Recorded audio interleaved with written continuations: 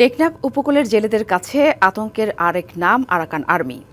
গেল ১.৫ বছরে রাখাইন রাজ্যের এই শাসক গোষ্ঠীর হাতে আটক হয়েছে ৩৮৫ জন বাংলাদেশি জেলে। এর মধ্যে ২১০ জন বিজিবি, কোস্টগার্ড ও অন্যান্য বাহিনীর মধ্যস্থতায় ফেরত এলেও বাকিদের ভাগ্য অজানা। সাগরের নীল জলরাশির সাথে জেলেদের মিতালি, নাফ নদীর মোহনা এবং সেন্ট মার্টিন দ্বীপের দক্ষিণ সাগরে মাছ শিকার করেই চলে যাদের জীবন জীবিকা, পরিবার পরিজন। তবে এই জেলেদের জীবিকা এখন হুমকির মুখে। রাখাইন রাজ্যের ২৭১ কিলোমিটার এলাকার দখল আরাকান আর্মির হাতে যাওয়ার পর হরহামেশাই ঘটছে বাংলাদেশি জেলেদের ধরে নিয়ে যাওয়ার ঘটনা। গত ১৬ মাসে ৩৮৫ জেলে অপহরণের শিকার হয়েছেন। সরকারের বিভিন্ন বাহিনীর মধ্যস্থতায় ২১০ জনকে ফিরিয়ে আনা সম্ভব হলেও এখনও আটক ১৭৫ জন জেলে, করা হয় নির্যাতন।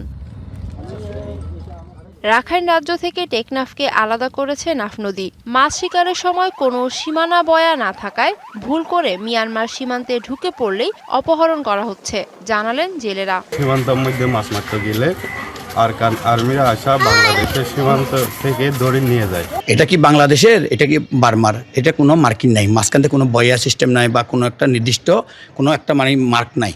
নাফ নদীতে ড্রেজিং করে বিকল্প চ্যানেল ও সীমানা শনাক্তকরণ বয়া বসানোর দাবি দ্বীপের বাসিন্দাদের। এখানে দুইটা ওয়ে, একটা হচ্ছে আমাদের নদীটাকে ড্রেজিং করে বিকল্প একটা চ্যানেল তৈরি করে দেওয়া, আর একটা এই আমাদের যে নাফ নদীর একটা বর্ডার লাইন আছে, এই বর্ডার লাইনকে কিছু বয়া দ্বারা চিহ্নিত করে দেওয়া। আমরা সরকার পক্ষ থেকে যদি আমাদেরকে সীমানাটা যদি পার্থক্য করে দেয়, আমরা সীমানা যেহেতু খরচ না করতে পারি, এখন তো আমাদের সীমানার মধ্যে জাল মারলেও ওইখানে পানির মধ্যে পানি চলাচলের মধ্যে চলে যায়।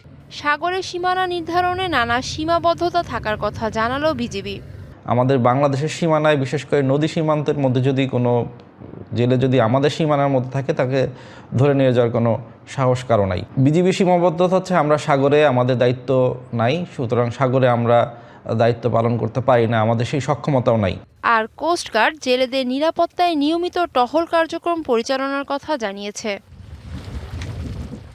সরকারের উচ্চতর মহলে কথা বলে সীমানা বয়ার ব্যবস্থা করার আশ্বাস জেলা প্রশাসকের। ইন্টারন্যাশনাল বাউন্ডারি রেগুলার যেহেতু ইস্যু, সেখানে বিজিবি, পররাষ্ট্র মন্ত্রণালয়, আমি সংশ্লিষ্ট ডিপার্টমেন্টের সাথে কথা বলে আমরা উদ্যোগ নিব বিষয়টা বয়া দেয়া, যাতে তারা এরিয়াটা ডিমার্কেশন করতে পারে।